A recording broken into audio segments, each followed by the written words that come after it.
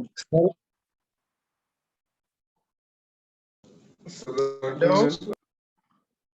Hello everyone. Bismillah ar-Rahman ar-Rahim. Today I am going to talk about the drug acting and autonomic nervous system. As we already did talk about the autonomic nervous system, and today lecture we will talk about the sympathetic drugs acting on sympathetic nervous system. So as you know, we all know about the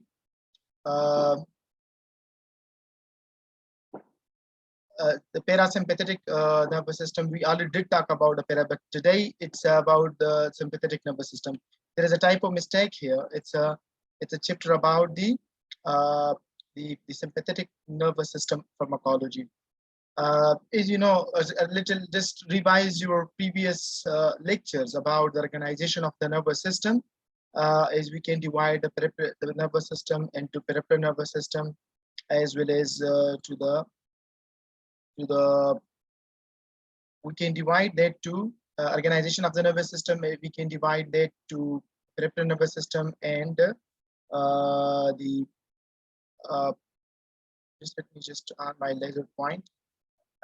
Nervous system, peripheral nervous system, and the central nervous system, which can be further divided by afferent division and afferent autonomic nervous system, somatic nervous system. You all know, and as we are discussing the parasympathetic, already we did talk about its parasympathetic nervous system, and today we will talk about the sympathetic nervous system.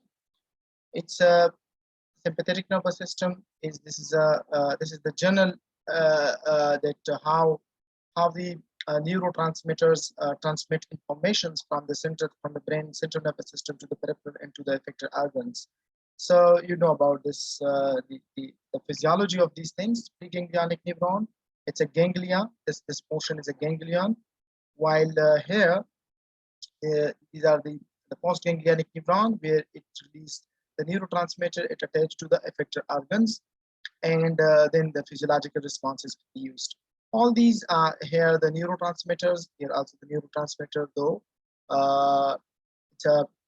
it's about the physiological responses can be produced.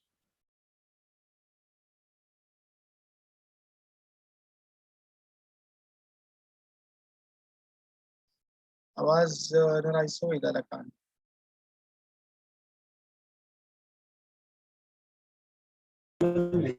सही है sir सही है this خپل دغه سیټ کی ها خپل مایک سیستم چې کومه دغه سیټ کی دا مایکونه تاسو ټیک دي نور څه زما به صرف आवाज د زینو په تاسو ټول افیه ٹھیک ده so this is the ٹھیک ده سر آپشن ختم صحیح شو options ټول ختم کا so if this is the organization of the nervous systems, and as action of sympathetic and parasympathetic nervous system, the red indicates the sympathetic actions, the blue indicates the parasympathetic actions. So already we talked about the blue, the parasympathetic actions. Now we will discuss the red one, the sympathetic actions. If those drugs that are the agonists that can contract the eye of the contraction of the iris radial muscles, the pupil will be dilated. Is in the case of the parasympathetic, pupil constrict. The lacrimal glands, so there is mostly the salivary glands. The receptors are the salivary glands. Thick viscous secretions may be produced. So this is the effect of the sympathetic nervous system. Increased rate, increased contractility. Mostly this is because of the beta receptors. We will discuss in the upcoming slides. That they increase the rate and increase the contractility, so increase the blood pressures, the other things. The GIT, decrease in muscle motility and tone, contraction of sphincter muscles. So the net results are the constipations. While in that of the parasympathetic nervous system, that was diarrhea. GIT motility increased, so the diarrheal effects can appear. Similarly, the genitalia of the female, relaxation of the uterus muscles mostly, and the blood vessels dilation. As you know the phenomena, if it dilates, so obviously the blood pressure will be lower down. Blood vessels mostly, its constructions. Here the trachea and the bronchioles, they will dilate. So that's why their application is in the asthma, in the status asthmaticus, the asthma, which we call dama and Pashto and Urdu. Similarly, adrenal medulla, epinephrine and norepinephrine secreted, as they are the neurotransmitter of the adrenergic neurons. And kidney, secretion of the renin, beta 1 increases, alpha 1 decreases. So secretion renin, so we will discuss this later on.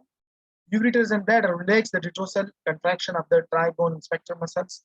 So if they are relaxed, so one can easily, the urination may occur. And genitalia and the male stimulate ejaculations.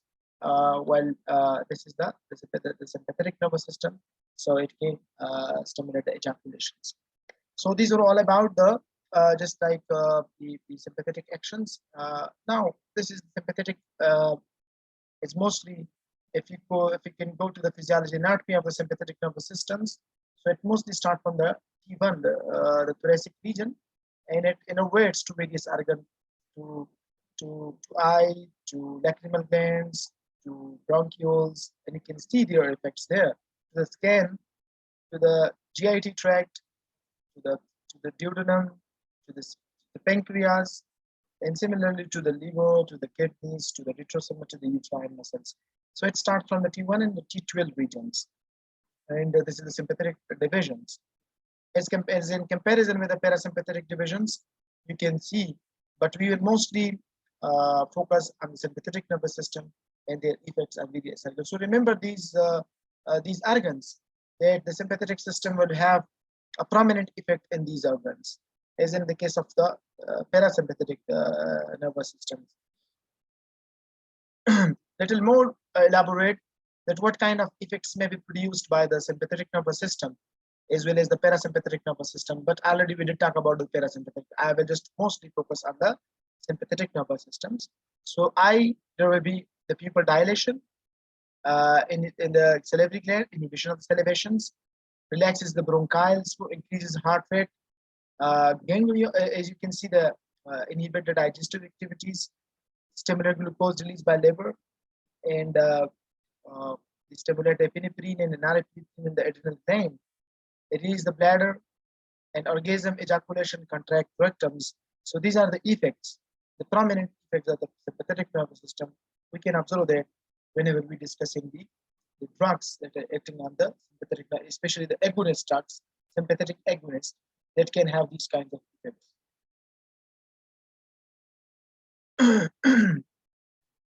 As in the case of this one, so you know, the sympathetic nervous system is stimulated during the fight and flight stimuli, and they will have diffuses into various organs. That's why they are diffuses.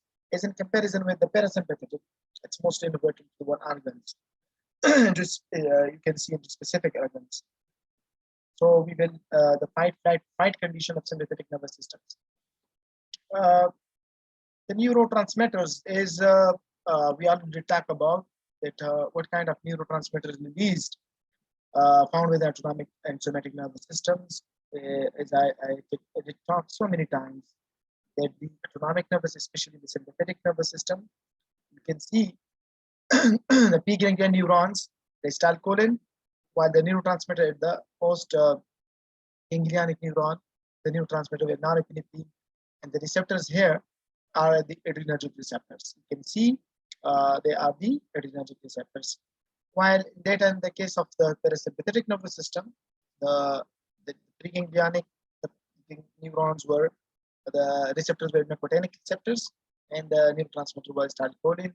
While at the postganglion, they are also the acetylcholine. That's why they are termed as cholinergic. While the sympathetic nervous system is termed as adrenergic neuron, as they release adrenaline and norepinephrine at the neuroterminals. Somatic, we're not discussing the somatic nervous systems. And anatomical characteristic of the neurotransmitter is you can see this is the somatic nervous system. It innervates from here, the motor fibers, and to a skeletal muscle, the neurotransmitter releases acetylcholine. Similarly, sympathetic nervous systems innervates from this number to the T1 regions. Is the ganglion are short. As already you know the physiology, The ganglion are located near to the spinal cord in the sympathetic nervous system, while in parasympathetic, the ganglion, the relay stations are away from the central nervous system. Here you can see.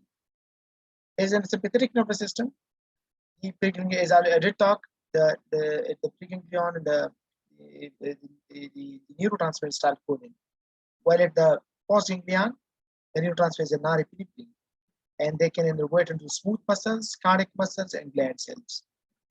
While this is the postganglionic fibers, and this is the sympathetic ganglionic preganglionic fiber, and this is the innervated into the sweat glands, and here the neurotransmitter is the start coding. Here the adrenal medulla. This is the story of the sweat glands, right? Sympathetic innervation to sweat glands. So mostly this one.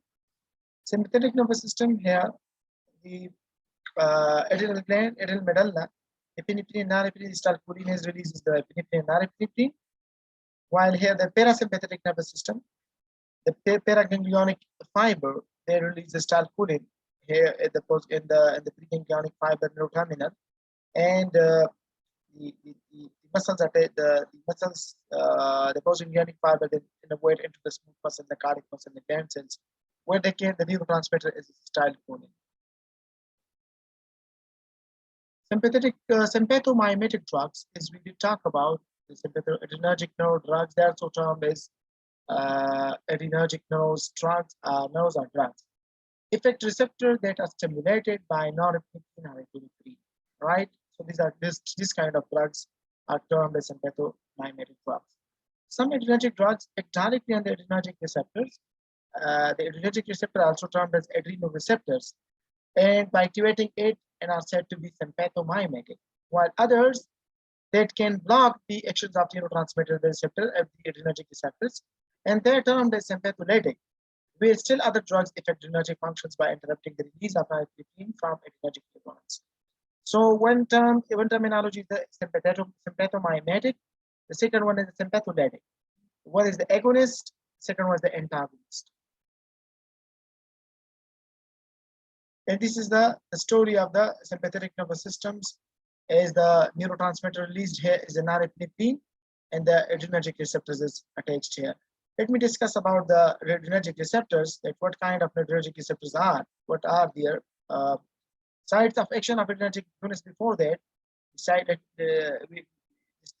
are the sites where the adrenergic agonists act. Nicotinic receptor, adrenal medulla, epinephrine released into the blood, and adrenergic receptors here. So, and similarly, the norepinephrine nicotinic receptor, the norepinephrine, and they will release the adrenergic receptors. The norepinephrine will affect the adrenergic effector organs or adrenergic receptors. Little more emphasize on the sympathetic nervous system, the anatomy and the physiology of the pharmacology of the sympathetic nervous systems. So we know, we did talk about the preganglionic, they will release the blue one that indicate the acetylcholine. Just remember these points. They are released at the preganglionic neuron, while the postganglionic, the red one, they indicate the norepinephrine, the adrenergic neurotransmitters, the noradrenaline. And the green one are the adrenergic receptors. They indicate adrenergic receptors are here. They're located in these organs, in these major vital organs, where the adrenergic receptors are located. And the norepinephrine are the adrenergic neurotransmitters. They will only act on these adrenergic receptors, right? So norepinephrine can effects in the eye. They have their effects in the eye, in the lacrimal gland, and sorry, in this, the salvations, the glands, and the bronchial smooth muscles, the bronchodilations, and the heart, they will cause tachycardia, while in the GIT, they will decrease digestions and decrease urinations, as they cause the muscle relaxations. So mostly they will have their effects. And so these are the adrenergic neurons. That's why it seems very beautiful. You can get the concept from here, that the blue indicate the acetylcholine, the red indicate the norepinephrine, the preganglionic and the postganglionic neurofibers, and these are the innervation to the various organs, so that you can easily locate the adrenergic receptors.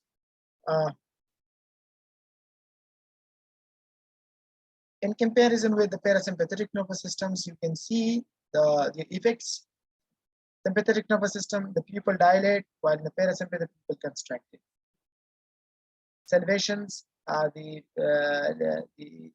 decreased by the sympathetic nervous system, while the parasympathetic increased. The bronchodilation, the sympathetic causes the bronchodilation, the parasympathetic they cause bronchoconstriction. Heart rate increased, right? Decreased by the parasympathetic divisions. Similar GIT motility decreased by the sympathetic nervous system, while it is increased by the parasympathetic nervous system. So you can compare these things by in comparison with their effects.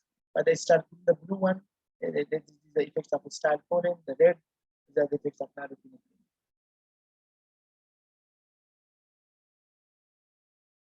Now these are the adrenergic receptors. You can know we have adrenergic receptors alpha 1A, 1B, 2A, 2B.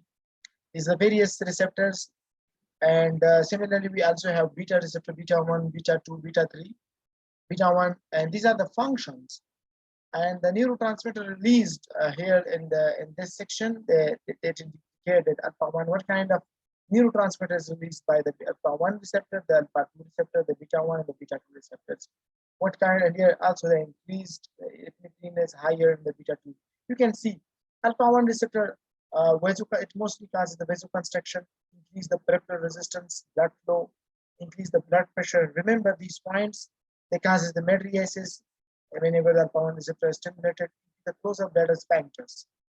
Alpha 2 inhibit the norepinephrine release, inhibit the acetylcholine release, inhibit the insulin release. The beta 1 receptors are located just as the name is the number indicate, beta 1. Beta 1, a heart is the vital organ. Second one is the lungs. So remember this point that heart is a vital organ, and the beta 1 receptors are located in the heart. And the beta 2, mostly it is the second vital organ is the lungs. So beta 2 receptors are located in the lungs. Beta 3 receptors are located in the fat cells, the lipocytes, right? The beta 3. I will discuss this later on. I have a slide, and I did explain that comprehensively. So alpha 2 receptor, mostly their function is inhibit norepinephrine, inhibit the acetylcholine release, inhibit insulin release. Beta 1 increase heart rate, increase lipolysis, increase myocardial contractility, increase renin. So as a result, the net result is increase the blood pressures, right? So that's why mostly we use the beta blocker whenever we are using antihypertensive drugs. So in order to control the blood pressures. Beta 2, mostly the vasodilation occurs. The beta 2, they are used in the asthma, especially in the asthmatic attacks. They can be used. Decrease the peripheral resistance. The bronchodilation occurs. Increase the glycogenolysis, muscle liver. Increase the glucagon release. Relaxes the uterine smooth muscles. Alpha 1, the neurotransmitters in norepinephrine is greater than epinephrine. Epinephrine and norepinephrine are the neurotransmitter. There's a little differences we discussed later on. Alpha 2, epinephrine is higher, as they show high affinity at alpha 2 receptors as compared to the norepinephrine. Beta 1, epinephrine and norepinephrine effects are similar, and the beta 2 receptor, the epinephrine effects are higher than norepinephrine. So these are the various neurotransmitter effects on these beta receptors. These are the adrenergic receptors, as I mentioned, alpha and the beta receptors. You can divide it basically into alpha and the beta one. So alpha mostly the norepinephrine and epinephrine. The beta epinephrine and norepinephrine. It's just opposite of each other. Smooth muscle contraction, they cause a smooth muscle relaxation. The beta receptor stimulation. Whenever we stimulate the alpha receptor, they will cause a smooth muscle contraction. Whenever we release we have the beta agonist, they will cause the smooth muscle relaxation. Alpha, the most really the norepinephrine. Beta is these are the key points. The legends you can just know. It has an E, so it stands for epinephrine. It stands for epinephrine. Alpha, it's no E, so this is norepinephrine. As there is no E here, so it's a norepinephrine is released by the high affinity at alpha receptor. You got this point, you guys must remember that alpha have no E, so there is a norepinephrine. The beta have E, so they have high affinity for epinephrine. So these are the alpha and beta receptors and adrenergic receptor and their neurotransmitters. Secondary messenger mediated the effects of receptors as the name indicate. You can see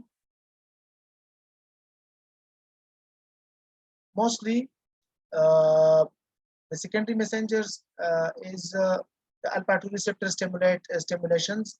It can causes what kind of effects can be produced by these. Okay, so whenever this is the presynaptic vesicle, this is the, you can say, the neuromuscular junction, is the norepinephrine can be released here, the synaptic vesicles. Adrenaline cyclases, in the presence of that, they will inhibit the alpha 2 receptor stimulator, inhibit this adrenaline cyclase. Mostly the alpha 2 receptor are located here in this presynaptic neuroterminal. This is the post synaptic receptors and the presynaptic receptors, and the alpha 2 receptor are located here, mostly the presynaptic neuroterminals, and here the alpha 1 receptor are located. They are the post synaptic receptors neuroterminal, and as a result the mechanism of action is the adrenaline cyclases. Adrenaline cyclase, ATP comes, and this adrenaline cyclase came. So mostly the alpha 2 receptors, they will just inhibit this one. So they will have different effect than the alpha 1 receptors. So epinephrine mostly upload by the alpha 2 receptors. Activation of the receptor decreases production of KAM, leading to an inhibition of further release of norepinephrine from the neuron. So as a result, the inhibition, so the norepinephrine will be stopped. So as a result, there will be no effects of this sympathetic nervous stimulation. Similarly, here at this point, the alpha 1 receptors, this is regarding to alpha 2 receptor. This is one alpha 1 receptors, and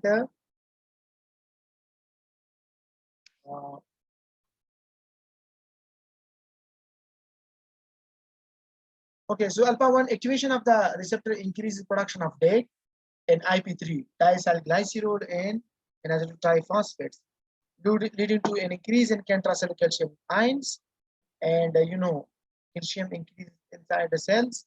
It leads to the actin myosin filament stimulation. As a result, net result will be the contractions of the muscles. So contraction will be occurs. Alpha receptors is mostly the GQ coupled receptor, increases calcium release from the calcium storage structure. As alpha 1, mostly, as I mentioned, they will increase the calcium level. As a result, the smooth muscle contraction will occur. If it is here, the pyloric sphincter contractions will be occur. And the pupillary dilation is also the construction. The sphincter contraction will occur. This is the G coupled receptor mechanism. Mostly at the IP3 and the DAG increases, the increases, as a result the contraction will be here. So that's why people will dilate. The sphincter muscles will contract. The pyloric sphincter muscle will contract. The vasoconstrictions will be here, right? So these are the effects that can, if the pyloric sphincter is contract, so dilatation will be decreased. If the sphincter muscle, urination will be decreased. If the vasoconstrictions, so the blood pressure will be rising, right? These are the effect of alpha 1 receptors. Similarly, the alpha 2 receptors, G inhibitory alpha 2, as I mentioned, that is located on the presynaptic terminal. So GI coupled decrease the KAMP level and are inhibited. Non-epinephrine bind to alpha 2 receptor decreases further norepinephrine release. This is a negative feedback. So as a result, what will happen? Norepinephrine will not release. The receptor will be blocked. So alpha 2 receptor mostly inhibitory receptors. So as a result, the non-epinephrine and the synaptic vesicle will be decreased, as they will be uptake by the alpha 2 receptors. So their effects will be diminished. these kinds of effects will be diminished, like the alpha 1 receptors, they have stimulation of the alpha 1. Alpha receptor alpha 1, smooth muscle contraction, blood vessels, pupil, pylorus, urine spectrum muscles, as I mentioned. So these are the alpha 2 receptors, inhibitory, desynaptic nerve terminals. So these are the next overall conclusion of the alpha 1 and alpha 2 receptors. So this is the another explanation, little more elaborate. Alpha 1 receptors, you can see the phosphodiesterase C, the calcium level will be rises, and the smooth muscle contraction happens. I did explain. Alpha 2, mostly this is the inhibited denial cyclases will be inhibited, smooth muscle contraction will be stopped, inhibition of transmitter release will be stopped. So mostly here will be whenever the alpha 2 receptor stimulated, so mostly there will be inhibitory effects. The opposite effects to the alpha 1 receptor. The beta stimulation, contraction, smooth muscles, relaxation, glyconeogenesis, is the again adrenal cyclase, and they increase the camp level. So there will be again the glyconeogenesis, and these kinds of effects will be produced. Similarly, the beta receptors, as I mentioned, the beta 1, the beta 2, the beta 3. Beta 1 located in the heart, kidneys. Beta 2 in the smooth muscle relaxations, they are located here. Lungs, blood vessel, GI tract, bladder, uterus, and liver. The beta 3 are adipose tissue or lipolysis in the bladder, also located. Some studies suggest it also located in the bladder. So these are the effects of beta. Mostly, we just mostly focus on the beta 1 and the beta 2 receptors. Is they are located in the vital organs, so they have their effects. Beta 1 stimulation increase the cardiac output as the heart contractility is increased, the conduction is increased, and the myocardium function is increased. The renin release is increased here, the kidneys, while here the peristalsis digestion is decreased. Contraction of the smooth muscle relaxation.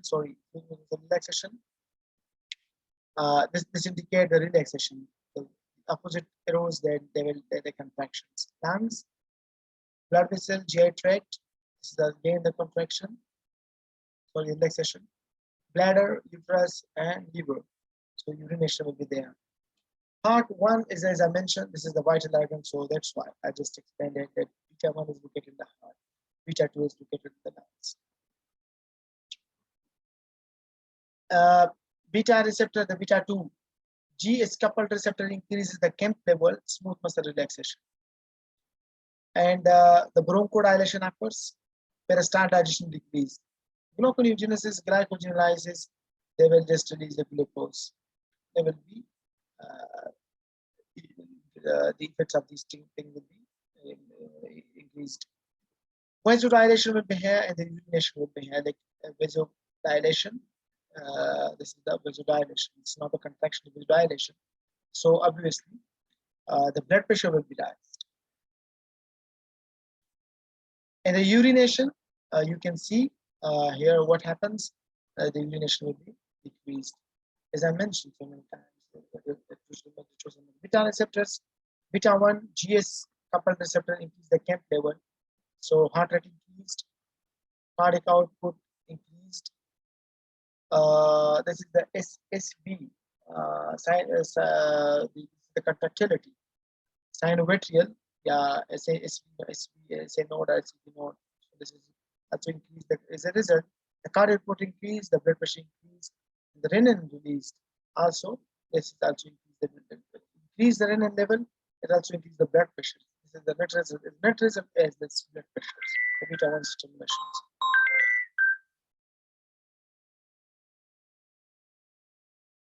Similarly, the juxtaglomerular cells. This is the effects of the whenever the beta receptor, beta 1 stimulator receptors are there, they will increase the renin concentrations. So, as a result, you can see the blood pressure will be raised. Beta 1 receptor stimulations, the contraction of force. What are the effects? Activation of the beta 1 receptor here in the heart. What will happen? First one, increase the force of myocardial contractions. Right, contractility of the force will increase. You can see the activation of the beta 1 receptors contractility will be increased, and after some time, termination of that will be results. Terminate the stimulation. Number second is increase the rate of contraction. Heart rate will be increased. Beta 1 receptor stimulation again terminate after some time. Excess stimulation leads to arrhythmias. You know the arrhythmias, the irregular rhythm of the cardiac sinus, the cardiac rhythms. So the result you can see, this is the arrhythmia. This is the rhythm. This is the normal rhythm. You can see the normal rhythm, and this is the arrhythmia. So mostly it leads to a tachycardia. This is the effects of the tachycardia may result.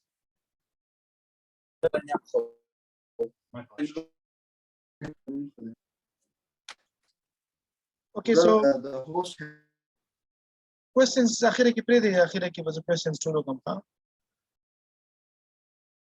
I'm sure one